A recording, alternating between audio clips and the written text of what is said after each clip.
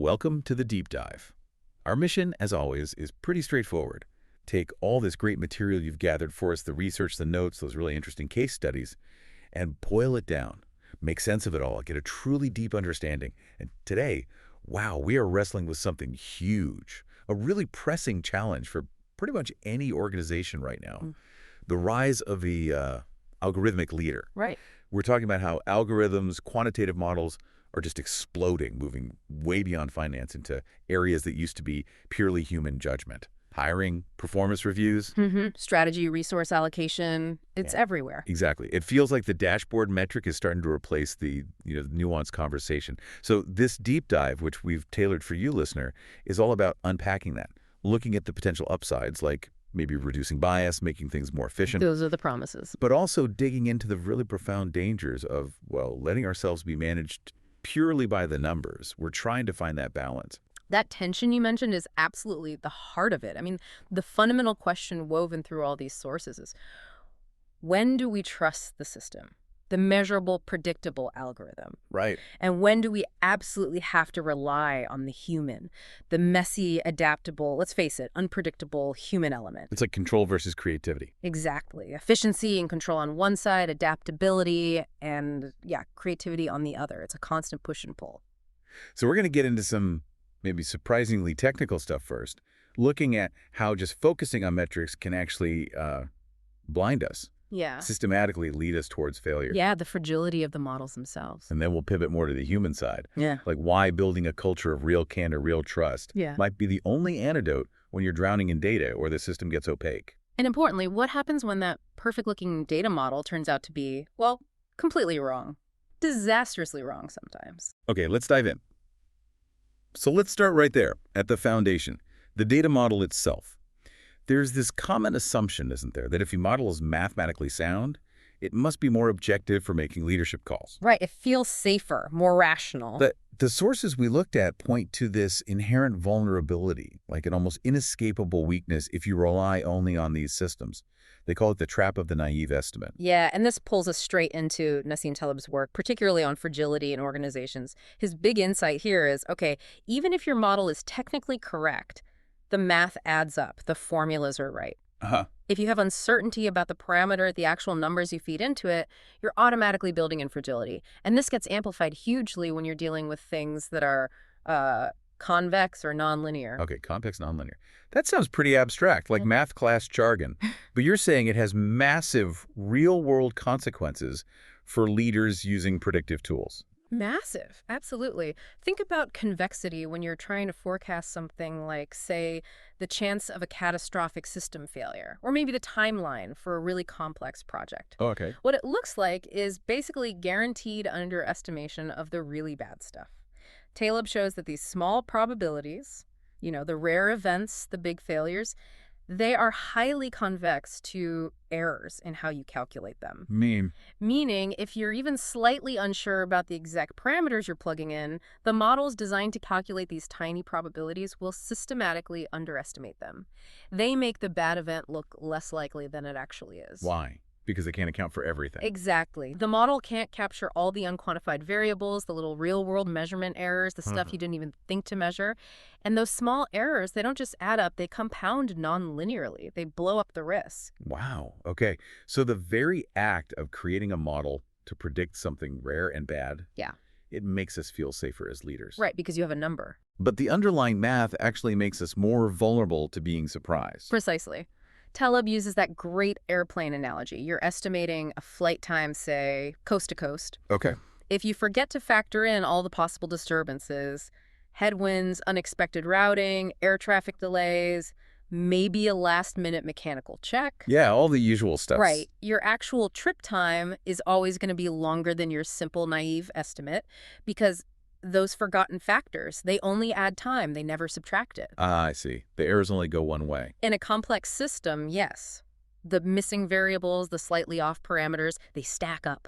They increase the total potential for things to go really wrong much more than the model predicts. So the takeaway for this algorithmic leader, if an organization is running purely on these sophisticated risk models based on historical data, those systems are basically mathematically wired to underestimate the probability and probably the impact of the next big unexpected thing. Hmm. The black swan event, the market crash, the total system meltdown. They create this illusion of control, but it's based on what Taleb calls a naive estimate of a much messier reality. And this inherent sort of technical fragility, it connects directly to the next point, doesn't it? The Hmm. critical difference between just measuring stuff, measuring output, and actually driving real results. Yes, Yeah. leaders often grab onto these powerful quantitative tools, right?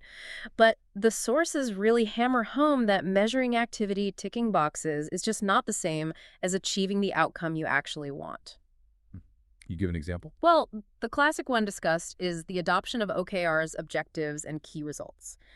Pioneered at Intel, made famous by Google. Right. Everyone talks about OKRs. And they're fantastic systems that provide clarity, accountability, focus on metrics.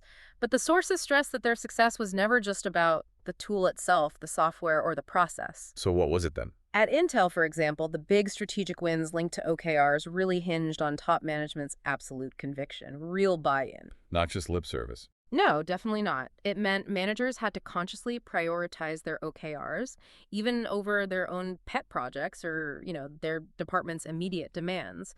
It required a specific kind of culture. Which was? The sources describe it as needing to be apolitical, a place where managers were willing to sacrifice their own little fiefdoms, as they put it, for the good of the whole company strategy. That sounds hard and very human. It is. It's an ethical choice, an organizational discipline. No algorithm can force that kind of unified focus. So that connects to Peter Drucker's ideas too, right? Yeah. But focusing on results over just being busy.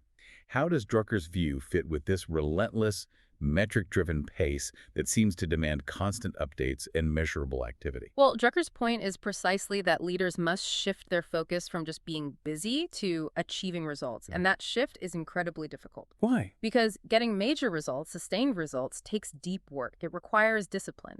Drucker talked about needing big, continuous chunks of time and the iron determination to say no to all the distractions. Which constant metric reporting kind of prevents. It absolutely can. If you're constantly being pulled into meetings just to report on granular metrics, metrics that often only track activity levels, you destroy the cognitive space needed for actual strategic thinking. Algorithmic management, if not handled carefully, can become this massive distraction engine. Where the goal becomes filling out the forms rather than achieving the goal. Exactly, where leaders start prioritizing the completeness of the data entry over the quality of the strategic output it's supposed to enable. And this obsession with control, or even just appearing to be in control through metrics, that's what can really damage the culture needed for those results. Oh, absolutely. It creates what the sources call profound psychological unsafety. If a manager's main driver is just to appear to be in control, they inevitably breed fear. And fear is inefficient. Hugely inefficient. Think about it. Fear forces people to spend time and energy on defensive moves. Like the sources mention holding pre-meetings before the actual meetings just to make sure nobody gets surprised or looks bad. Right, I've seen that happen. It's a massive waste of time. It is. It creates environments where everyone feels like they're walking on eggshells. And those big, result-driven, creative projects, the ones that require taking risks, being honest about problems, they just can't survive, let alone thrive, when the main unspoken metric is simply avoiding blame. This whole problem management by metric, by abstraction, seems particularly damaging in creative fields Right. or anywhere the work is really complex and the output isn't just a simple number. Definitely. The anecdote from the sources about the Pixar film Meltdown, I think it was called American Dog, that illustrates this perfectly. It really does. Pixar, despite all its success, is fundamentally built on experimentation, on taking creative risks. They greenlit this film, American Dog, based on a really promising high-concept idea. What was the idea? It was about a famous dog actor, kind of like a Lassie or Rin Tin Tin, who lives this totally pampered, scripted life on set. He actually believes he is the superhero dog he plays on TV. He's completely unaware of reality. Until suddenly, he gets accidentally shipped across the country and thrust into the real messy world where his superpowers don't work. Sounds like a great setup. The metrics probably look good. Exactly. Early reports, concept viability metrics all looked brilliant. But those external markers, those tidy reports, they were completely masking an internal collapse of the project. So what was actually going on underneath? How did good metrics hide a bad project? Well, the director, instead of embracing the inherently messy reality of making a movie like that, the hard, iterative experimentation you need to nail down the story beats, the character arcs, Uh-huh. he apparently got bogged down in endless possibilities, hypotheticals. He failed to really test the story structure rigorously over the first couple of years. It was a failure of leadership, really a failure to demand that ugly, necessary, iterative, creative work. So the project was technically moving forward on paper. Right. Reports were filed, milestones maybe even looked like they were being met in some abstract way. But the movement was abstract, not substantive. The director was essentially running the tidy, scripted life version of the project. Just like the dog character. Exactly. And just like the character, that tidy approach didn't prepare the project for the collision with reality. And when that collision finally happened, when the truth came out, The project was shut down May 2010 after years of work, a massive sunk cost. ouch. So the system valued that predictability, that abstraction, over the essential messy work needed. It seems so in that case. And this is the huge lesson for the algorithmic leader, isn't it? The financial cost, yeah, it was high. But Pixar, interestingly, framed it as a necessary investment in organizational learning. How so? They realized they needed a better system, a better process for balancing brand new, untested ideas with their established, successful processes. And critically, they learned they needed very explicit buy-in from all the key leaders before committing major resources to something risky. So the failure itself wasn't the point, it was the learning from it. Right. The point is, if you actually want innovation, if you want creativity, you have to start things that might fail. A metric of 0 failures is a guarantee of stagnation. That painful failure, shutting down American Dog, taught them invaluable lessons about how to manage the unquantifiable process of creativity alongside the necessary demands of production. It was a lesson no algorithm could have taught them. Okay, so if the data models are fragile and failure is inevitable, especially in complex or creative work, then human judgment becomes the ultimate safety net, right? It has to be. But human judgment is only as good as the information it gets. And getting good, honest information, that seems to require courage and trust. Absolutely. And this leads us straight into the realm of organizational communication, specifically how to overcome what the folks behind crucial conversations call the fool's choice. A fool's choice. What is that exactly? It's this really common ingrained belief that when you're facing a tough conversation, like giving critical feedback, you have to choose between 2 bad options. Okay. Option 1, you tell the absolute truth, you're totally candid, but you risk damaging the relationship, maybe hurting the person's feelings, looking like a jerk. Okay, candor versus kindness. Option 2, you prioritize keeping the peace, being kind, preserving the relationship, but you soften the message, you avoid the difficult truth, and the actual problem doesn't get solved. It just festers. That feeling is so real, isn't it? That honesty has to be brutal, or that kindness requires avoiding the truth, especially in competitive places run by hard metrics. It's incredibly pervasive, and we often default to using abstractions, right? Yeah. We try to manage performance without direct, potentially painful confrontation. Like using the numbers as a shield. Exactly. And that's what Kim Scott in her work on radical candor identifies as ruinous empathy. Ruinous empathy. Explain that. It's when you genuinely care about the person, you care personally, but you fail to challenge them directly. You fall back on vague, abstract language, like saying, oh, well, you just need to work on your attitude, or, well, your numbers aren't quite where they need to be, or maybe think about being more proactive. It's all meant to spare the person the pain. But it doesn't actually help them. Worse than that, Scott argues that by being so evasive, you're unintentionally signaling something else. You're signaling that their behavior or their performance was actually so bad, so shameful, that it can't even be discussed openly and specifically. Wow, okay, so the vagueness backfires. Completely. It creates this profound lack of clarity. The employee has no idea exactly what they need to fix. The only way out of this, Scott argues, is radical candor. Challenge directly while showing you care personally. So specificity is key. Specificity is everything. If the metric is low, the leader's job isn't just to point to the number. It's to provide the candid, specific observation or anecdote behind that number. Here's what I saw in that meeting, or here's the impact your missed deadline had. Okay, but here's the challenge, right? If the metrics do show someone is underperforming, why should I, as the leader, stick my neck out for that uncomfortable, emotional, specific conversation? Isn't it just easier, maybe safer for me to use the abstraction of the numbers to say, look, the system flagged this, it's not personal? It might feel safer in the moment for the leader, but it's absolutely ruinous for the culture in the long run. Oh, so. Because when you use the algorithm or the metric system as a shield, you broadcast a lack of courage. You show you're unwilling to have the tough human conversation. And you signal a lack of personal investment in that employee's actual growth and success. Trust evaporates. Because trust requires vulnerability from the leader, too. Exactly. High-performing cultures, the kind that can handle complex challenges, they require people to feel psychologically safe enough to hear negative feedback. And they're far more likely to accept that difficult, specific truth and actually act on it if they genuinely believe the person delivering it cares about them and wants them to succeed. It ultimately makes the individual and the whole organization better. And sometimes, especially in those really specialized or creative fields, you can't afford to wait for the quarterly algorithm run to tell you there's a problem. You need something faster, more internal. Right. You need a real-time human barometer. And at Pixar, that barometer for whether a creative leader, like a director, was on track wasn't some fancy box office projection model. No, not at all. The ultimate source material, the ultimate metric, was profoundly human. It was the confidence of the crew. The confidence of the crew. Tell me more about that. This is the critical, absolutely unquantifiable measure of a project's health, especially a creative one.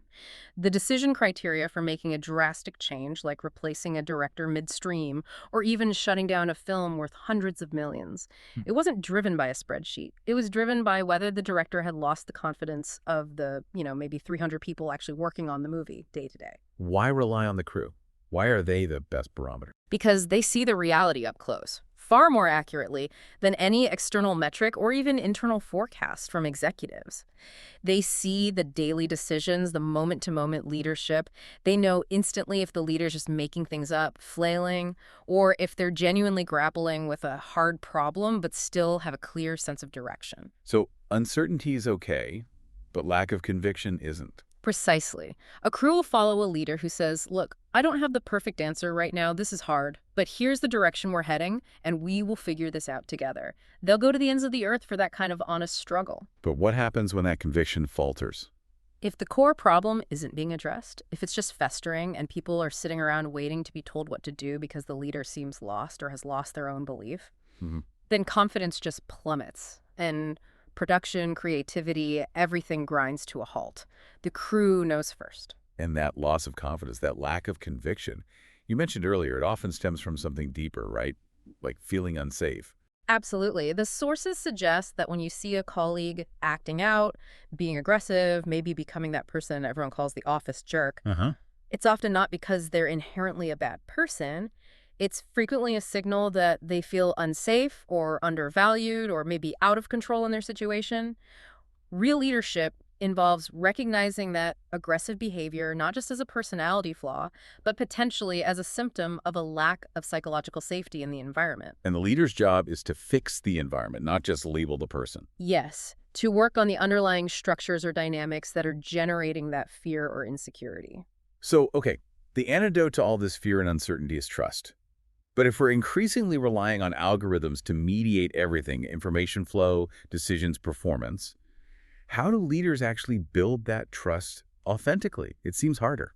It requires conscious effort, that's for sure. The material shows trust isn't built overnight or by decree. It has to be earned, demonstrated through the leader's consistent actions, especially, crucially, how they respond to failure. Right. If the algorithm flags an error. And the leader's immediate reaction is blame, punishment, finding whose fault it is.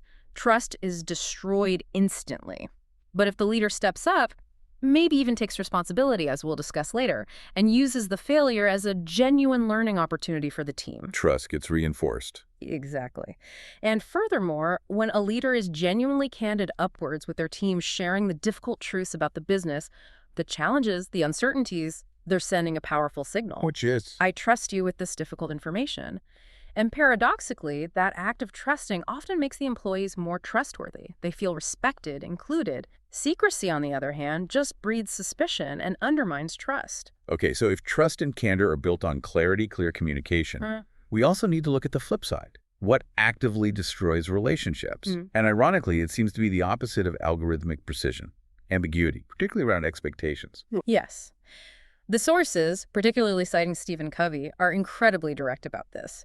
They state that the root cause of almost all relationship difficulties, whether professional or personal, lies in conflicting or ambiguous expectations around roles, goals, outcomes, how things should be done. We just assume everyone's on the same page. We totally do. We assume we're all working from the same script, the same mental model, but usually we're not.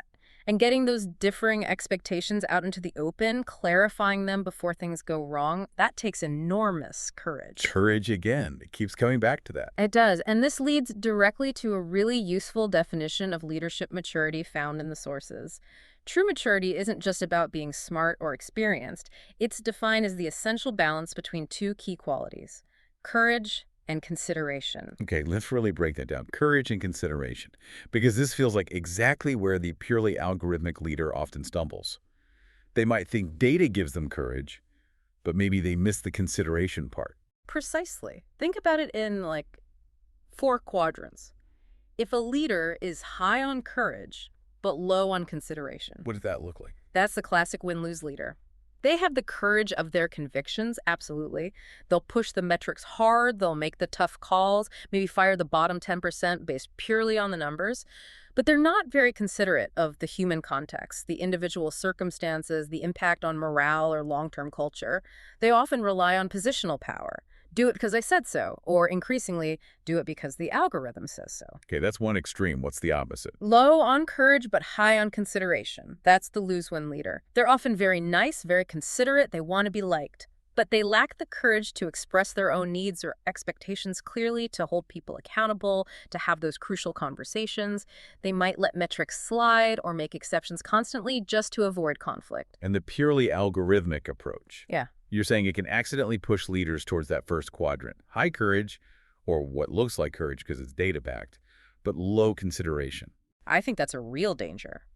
The leader feels justified in their data-driven demands, their metrics-based aggression, because the numbers don't lie, but they ignore, or the system forces them to ignore, the complex human reality behind those numbers. So what's the ideal, the mature leader? The definition of maturity here is the balance. High courage and high consideration. This leader has the courage to speak the uncomfortable truth, to set high standards, to hold people accountable, but they do it while simultaneously demonstrating genuine understanding, respect, and consideration for the individual's situation, dignity, and context. It's about finding the win-win and achieving that nuanced, holistic balance. That is something completely outside the capability of any algorithm. It requires deep human judgment. Okay, let's shift gears slightly now and look at structure. How the way an organization is set up, whether it's a rigid command structure or more of a team-based approach, how that dictates success or failure, especially when things get chaotic, when the algorithms inevitably hit their limits. Right. Because structure really matters under pressure. We know that traditional command structures, top-down hierarchies, can be pretty efficient in stable, predictable times. Sure. Clear lines of authority, everyone knows their place. Sure, for routine operations. But the sources we looked at provide compelling evidence that these rigid structures fail, often dramatically, when faced with real complexity or sudden crisis. And that failure points towards the need for more decentralized, team-based approaches.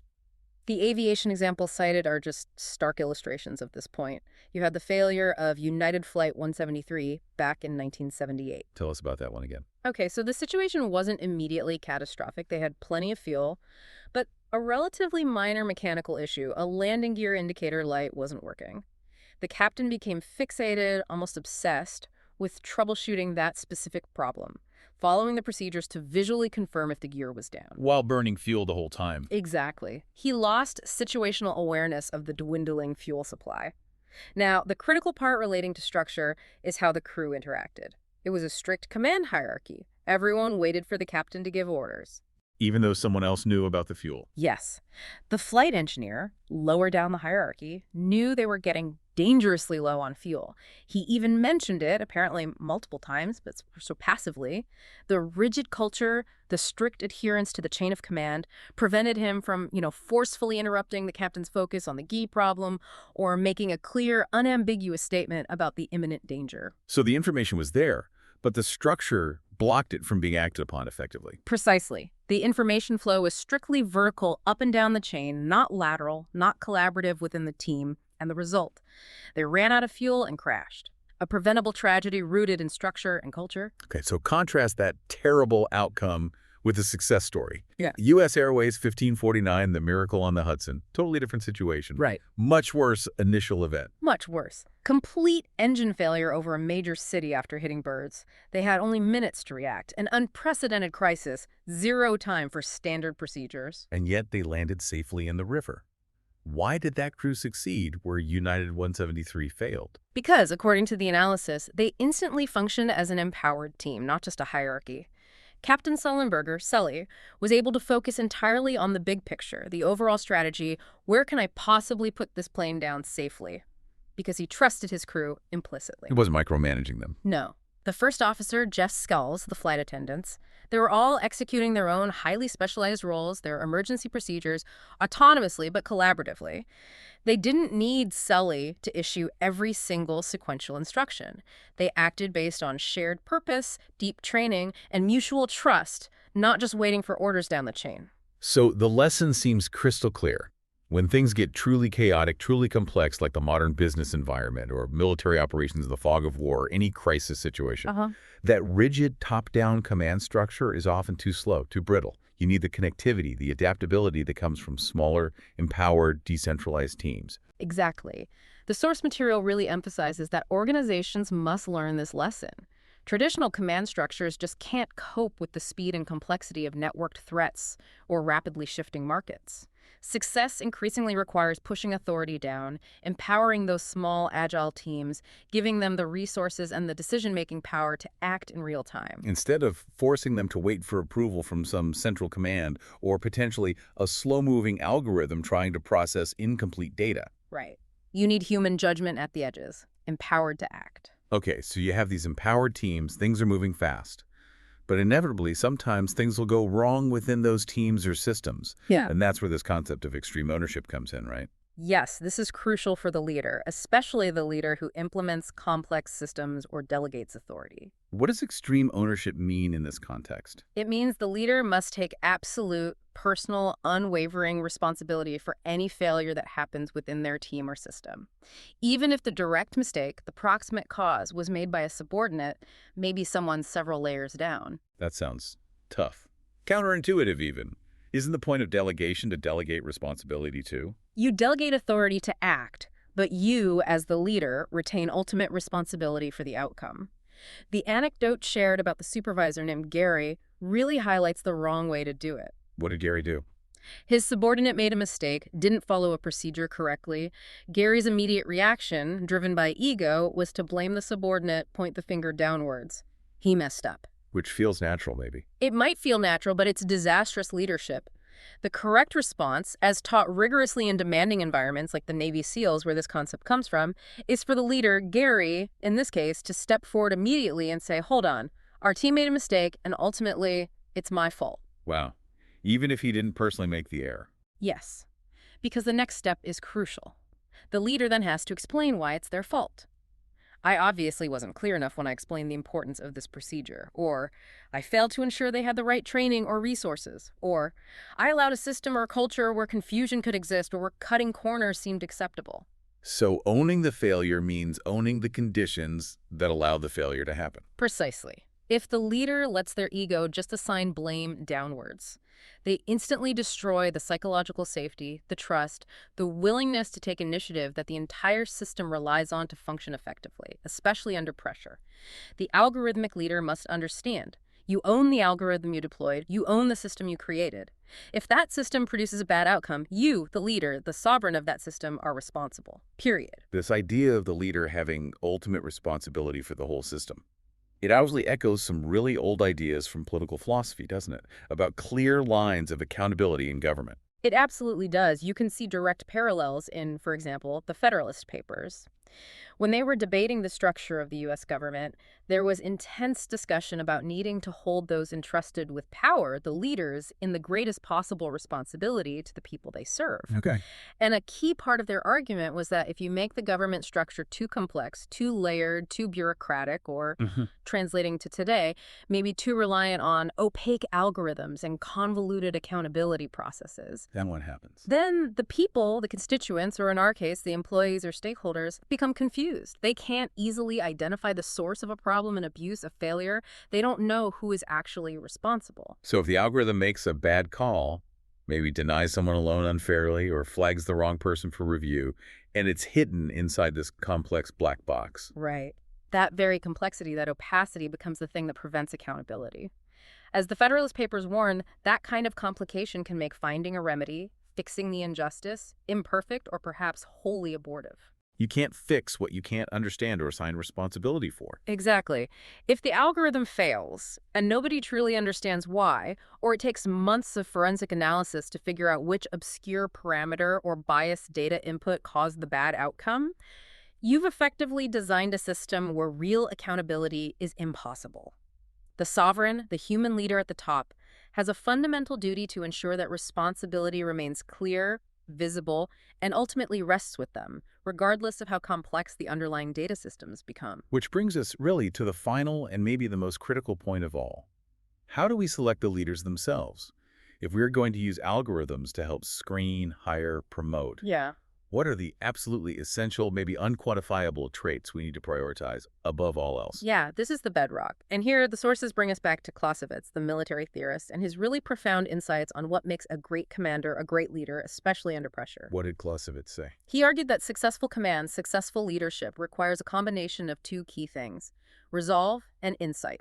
Okay, define those. Insight is. Insight is basically the technical stuff: knowledge, specialized skills, the ability to analyze a situation, understand the data, see the patterns. It's the kind of thing an algorithm could potentially screen for, measure to some extent. And resolve. Resolve is different. Resolve is about character. It's moral courage, determination, willpower, the strength to act decisively even with incomplete information or when facing adversity. It's fundamentally unquantifiable. So insight is the resolve is the who you are. That's a good way to put it.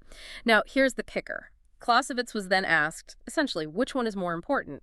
If you have to compromise, where should you compromise? And what was his answer? It seems crucial for the algorithmic leader. His answer is striking, and it's a direct challenge to purely metric-driven thinking. He argued that even if a commander were to fall short of expectations regarding their insight, maybe their technical knowledge wasn't perfect, they made a few tactical mistakes, no great harm would result as long as one had not erred with regard to his resolve. Wow. So character trumps technical skill. In the ultimate analysis, yes. That's a stunning conclusion.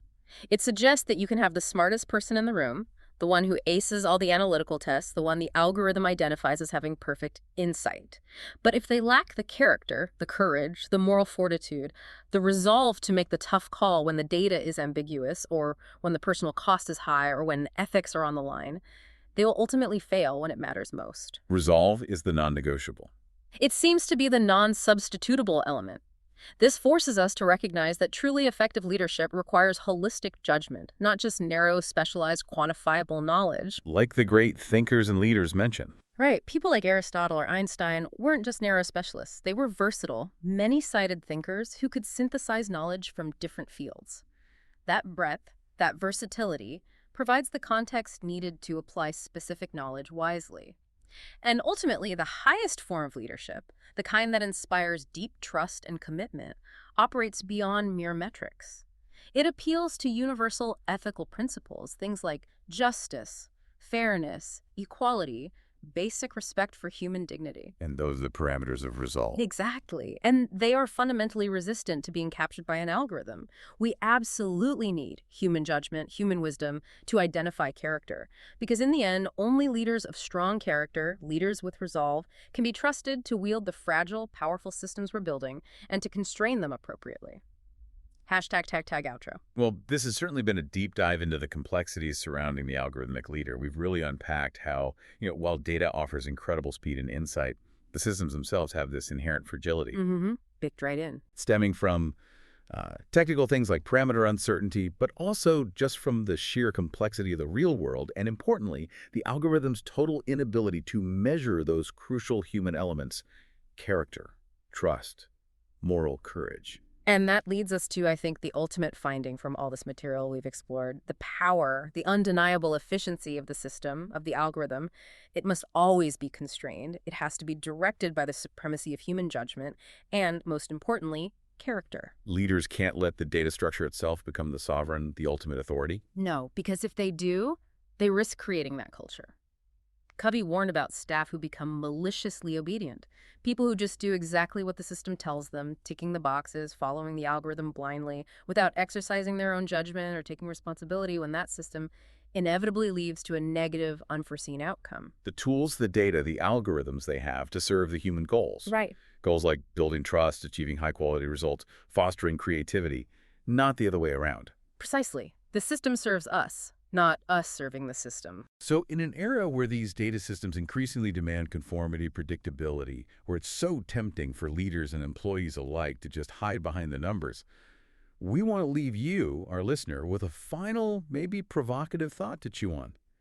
How do you, in your own work, in your own leadership context, actively cultivate and fiercely protect those unquantifiable traits?